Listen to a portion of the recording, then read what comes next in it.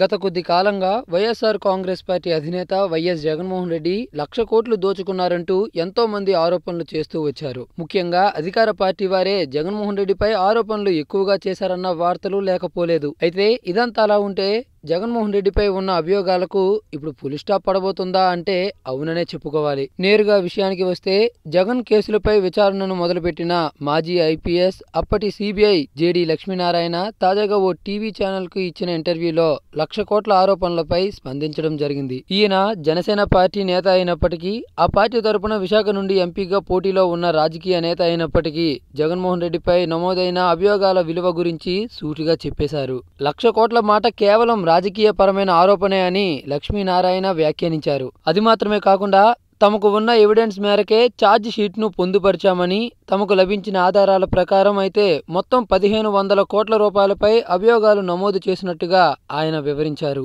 అయితే 1,00,000 కోట్లు అంటూ ఎవరో రాజకీయంగా ఆరోపణలు చేస్తే దానికి మేము బాధ్యులం కాదు కదా అంటూ లక్ష్మీనారాయణ చెప్పుకొచ్చారు. ఇక 1,00,000 కోట్ల రూపాయల ఆరోపణలను జేడీ లక్ష్మీనారాయణ గారు 1,500 కోట్ల రూపాయలకు తెచ్చి వాస్తవాలను వెలుగులోకి తీసుకువస్తున్నారుగా అంటూ పలువురు అభిప్రాయపడుతున్నారు. మరి ఈ విషయంపై మీ యొక్క అభిప్రాయాన్ని కామెంట్ రూపంలో తెలియజేయండి. ఈ వీడియో నచ్చితే లైక్ చేసి అందరికీ రీచ్ అయ్యేలా షేర్ చేయండి. అలాగే ఎప్పటికప్పుడు ఇటువంటి interesting and latest political updates ను మీకు అందించే మా ఎస్ క్యూబ్ హంగామా ఛానల్ ను సబ్స్క్రైబ్ చేయడం మాత్రం మర్చిపోకండి.